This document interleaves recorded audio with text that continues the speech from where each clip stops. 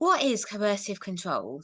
There's lots of different ways of explaining it, but to me, in a nutshell, it's when somebody subjects another person or several persons, perhaps a partner and children, to continual controlling behavior over a long period of time, and they make it clear that standing up for yourself will be punished in some way.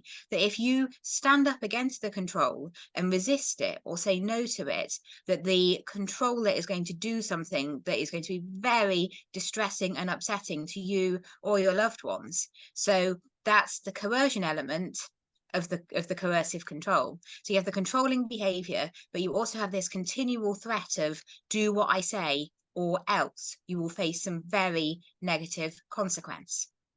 Would you be able to describe to people what some of those behaviours might look like? Because it's a pattern of behaviours, isn't it? It's not just a one-off event.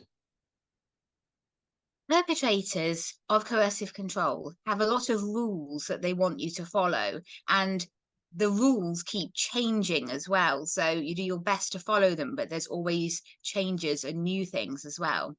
So it's something that's very much built into daily life, and the perpetrator sets up their expectations for what you will and won't do every day.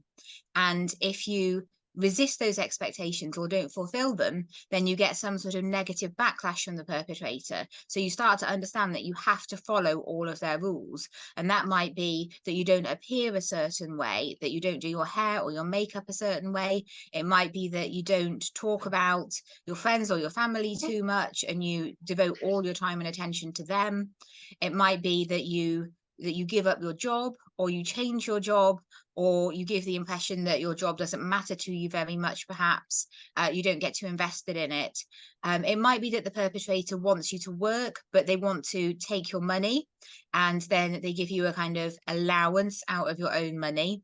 And often these rules will be presented as though they're part of love and care and protection. You don't need anyone else because I love you so much. I will look after your finances because that I'll take the burden off you, and I'll be the one who looks after you. And I'll decide how much needs to be spent and doesn't need to be spent. So often it's very much presented to the person experiencing the coercive control as an act of care or protection, which can be very confusing.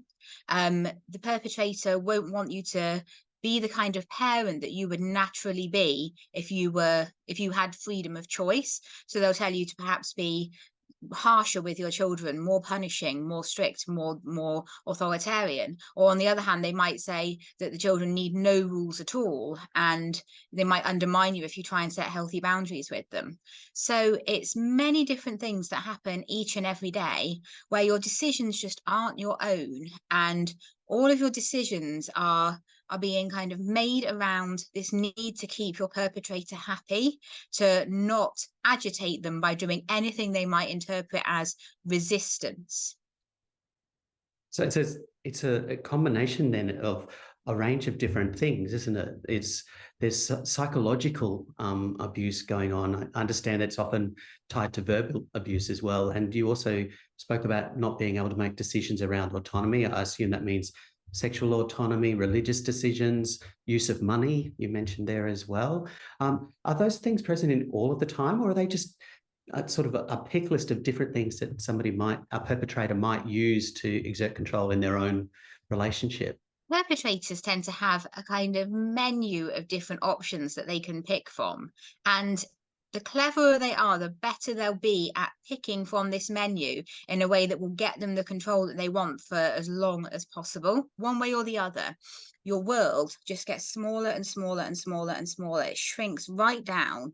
And so all the things that made you really can't do anymore, because you get this backlash whenever you try, and instead you have to be this version of you that you think the perpetrator will approve of, and you hope they'll approve of, but it's difficult to tell because what they want seems to change day by day.